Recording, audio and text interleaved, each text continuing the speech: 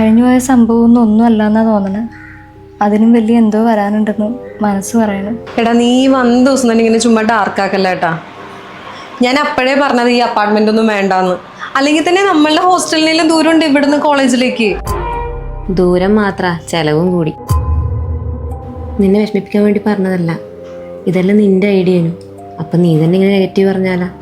എന്തായാലും നീ സ്വസ്ഥമായിട്ടിരിക്കുക. നമ്മളിതെല്ലാം ഒന്ന് അടുക്കിപ്പെറുക്കി വെക്കാം. അപ്പത്തേക്ക് ഹെവനാന്നോ ഹെല്ലാന്നോ ഇവിടെ താമസം തുടങ്ങിയ ശേഷം പറയാം മക്കളെ. എന്റെ കർത്താവേ, ഇനി ഇത് വല്ല പ്രേതബാധയുള്ള വീടാണോ? എന്റെ സാറാ, നീ അതൊക്കെ ഒന്ന് മൈൻഡിൽ നിന്നൊന്ന് വിട്ടുകളഞ്ഞേ. ഞാൻ ഓർക്കണേരുന്നേ, നമ്മുടെ ഈ പ്രാവശ്യത്തെ വെക്കേഷൻ എന്താ അടിപൊളിയായിരുന്നല്ലേ? ശരിയാ, പ്രത്യേകിച്ച് വൈകേന്റെ നാട്. അതെ, ആ അച്ഛൻ എന്ത് സ്നേഹത്തിലല്ലേ നമ്മൾ കൊണ്ടുവിടുന്നേ. അച്ഛൻ മാത്രല്ല ദേവനും. ശരിക്കും പറഞ്ഞാൽ എന്തുമാത്രം സ്നേഹം അനുഭവിക്കേണ്ട ആളേനു വൈക. പാവം.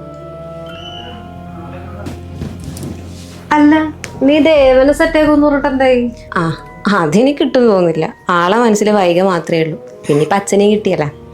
അനക്ക് ഇക്കാലത്തൊന്നും ചെക്കനെ കിട്ടുമെന്ന് തോന്നുന്നില്ല. നിരാശപ്പെടാൻ വരട്ടെ. നമ്മുടെ താഴത്തെ അപ്പാർട്ട്മെന്റിലെ ബാച്ചിലേഴ്സ് എന്നാണ് എൻ്റെ ഒരു നിഗമനം. അത് നീ എങ്ങനെ അറിഞ്ഞു? അതൊക്കെ ഞാൻ അറിഞ്ഞു. അതിന് നീ അത് എത്ര പുളകിതാകുന്നത്? എനിക്കെന്ത് പുളകിതം? നിങ്ങളൊന്ന് പുളകിതമായിക്കോട്ടെ എന്ന് ഓർത്തിട്ട് പറഞ്ഞതല്ലേ. അല്ല, ഞങ്ങളിവിടെ ഈ പറയണതല്ലോ നീ കേൾക്കണുണ്ടാടാ? വൈകിയുടെ കാര്യം പറഞ്ഞതുവരെ കേട്ട്. ശരിക്കും എനിക്ക് ഇവിടെ നിന്ന് ഒരു പല്ല് കിട്ടിയതാന്നേ, അതും കേടായ ഒരു പല്ല്.